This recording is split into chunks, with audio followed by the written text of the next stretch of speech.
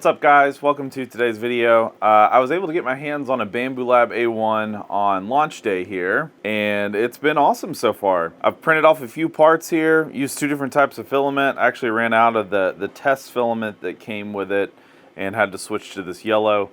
But it's been great so far. I will say it's a little bit of a, I wouldn't necessarily say a learning curve, considering I came from bed slingers, but I will say that it takes some getting used to, again, because the part cooling fan on these things are insane. But I think I've got it finally tuned to where the dummy 13 model will print with no issues. So I'm busting through that right now. By the way, the touchscreen on this thing is really good.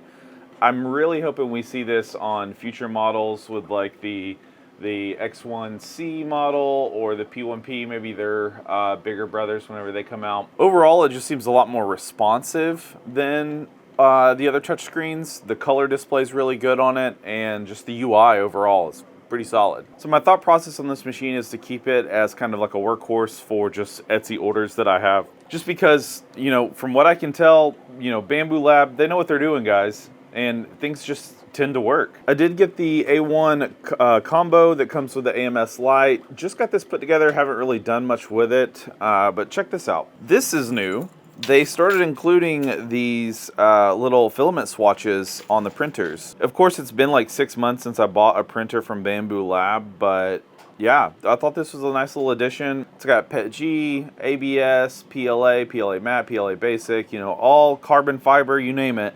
It's got all their different filaments available, and I can see what they look like now and figure out, what I need to print with. I'm excited to get the AMS hooked up. I'll do another video over that here in the near future, and we can see how it plays with the Bambu Lab A1. I will say that the filament sensor on this thing is awesome. Instead of it being at the top like you find on other bed slingers, it's actually down inside of the extruder. And since it's in the extruder, that means that it's not actually going to tell you it's ran out until it actually has fully ran out. One of the most frustrating things about other bed slingers is once it gets past like a filament sensor up here, you have all this filament that you can't use because it says it's ran out and it needs to be replaced.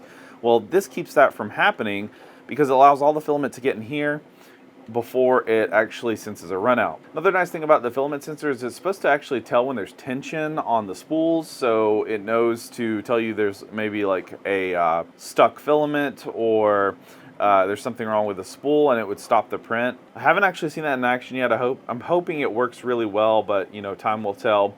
But it's nice to see that for this to be what I would consider an entry level into the Bambu Labs ecosystem, that there's a lot of new features on this thing that actually set it apart from, what the flagship models are supposed to have. So guys, what do you want to see with the Bambu Lab A1? What can I show you? Is there any tutorial videos? You just want to see some vlog style videos like this? Let me know in the comment section below, and I'll make sure to post those types of videos. As always, thanks for watching my videos. We'll see you next time.